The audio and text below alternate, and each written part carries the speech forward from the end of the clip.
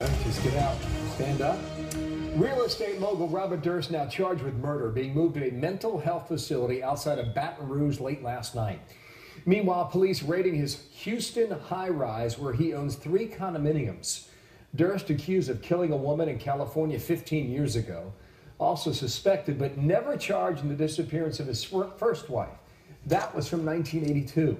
Judge Alex Ferrer, former police officer, circuit court judge, and host of Judge Alex, back with us. And it's always great to have you on the program. Thanks for coming back. It's great to be with you. Let's first talk about the Houston home. What could they find there that might be relevant to murders that took place 15, 30 years ago? Well, I think the key evidence they're looking for is clearly any other handwriting of his that they can use as a comparison to what's been referred to as the cadaver letter. As you know, the new piece of evidence that's really exploded on the scene is a letter that he had sent to Susan Berman's son. And interestingly, the letter contains the same type of handwriting, the same type of misspellings as what's been referred to by police a cadaver letter, which he admits, Mr. Durst admits, must have been written by the killer.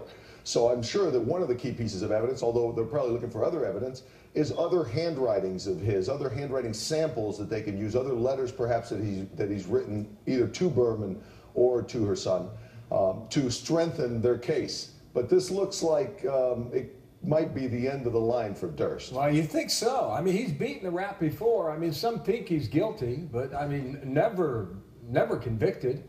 Do you think he beats this rap again?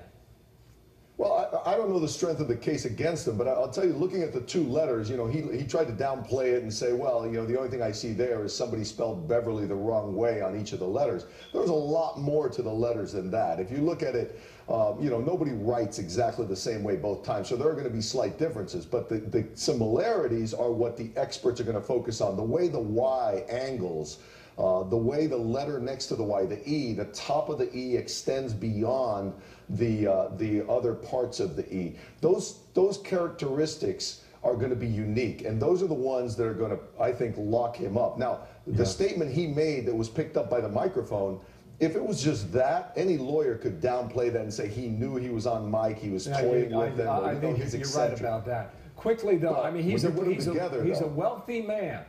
What is the impact, what is the effect of his money on his defense now?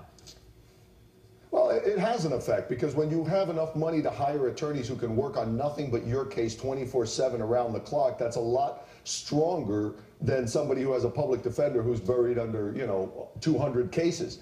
That being said, they can't change the facts. They can have investigators do research and try to undermine the police investigation, but the facts are what the facts are. And I think that when the jury sees the evidence, the physical evidence and the letters, and then you add on top of it the otherwise insignificant comments in the bathroom that could be explained away, they will become more powerful. It'll be another brick in the wall against them. Thank you, Judge. We got some breaking news. We're going to get